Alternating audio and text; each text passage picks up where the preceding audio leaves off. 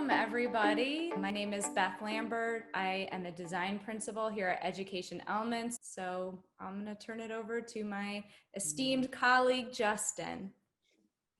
Hello, everybody. Thank you so much. Beth and I are really excited when we talk about the idea of engaging student voice and using that to promote equitable classrooms. We're excited to talk to you all about that today and really just share a bit of our story and our experience with you all.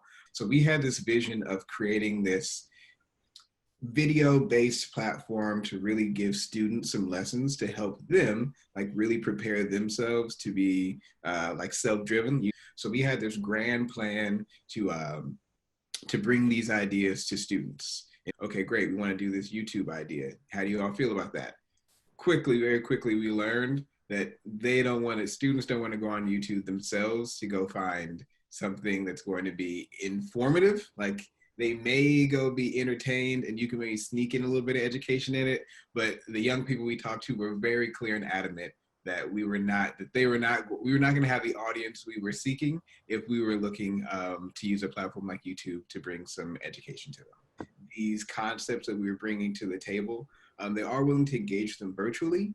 However, they really want the support from a teacher or a mentor or a guide in helping them do so.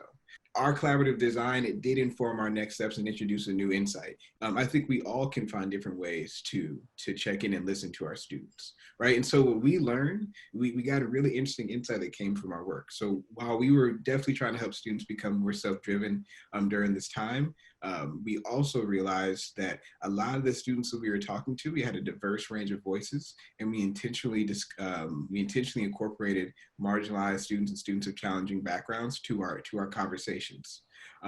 We realized that for those students, they had a really interesting belief. They believed that the mentoring and the nurturing relationship that comes from the one that they have with their teachers, with the teachers that they feel like cared about them the most, is the single most determining factor in their success. Getting at with monitoring safety and breakout rooms for student relationship building is really important. I know that we probably have structures in place like in our classrooms and traditional settings. I had accountable talk templates all over the walls, really structured discussions as an English teacher. So I really had to be intentional about how to talk about some of the subjects. I was not afraid to go there, but I needed to give protocols and strategies for students to engage in very critical, tricky conversations, which they have to have because that's our job as educators. However, how to scaffold those. And this is a new layer to think about, right? And so we do have to protect safety.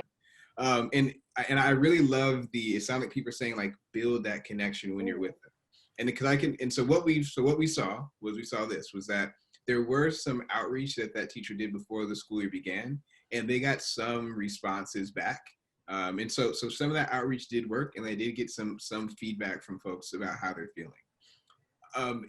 The other thing that they're doing right now is they are really prioritizing the in-class relationship time right now to do exactly what you all are saying. That's why I love the smiling and the sharing stories and the showing your weaknesses, is that teachers being really, really intentional, saying hey, here's who I am, and here are my goals to support you. Here are the structures I have to support you in this virtual environment.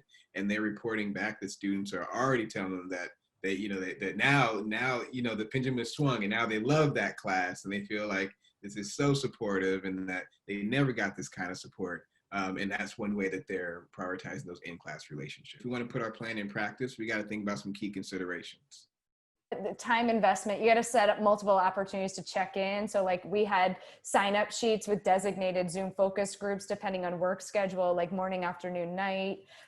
Go all out, just, you got to go for it. And this is sort of in the line of be open to criticism and suggestions, just frame a conversation, but then have at it, let them go for it, dig in, be open to looking at yourself in the mirror and just hearing it, because it's powerful. It's relying on your students' networks and who they know to kind of broaden your engagement, but also letting them take on some of the ownership and letting them drive the seat.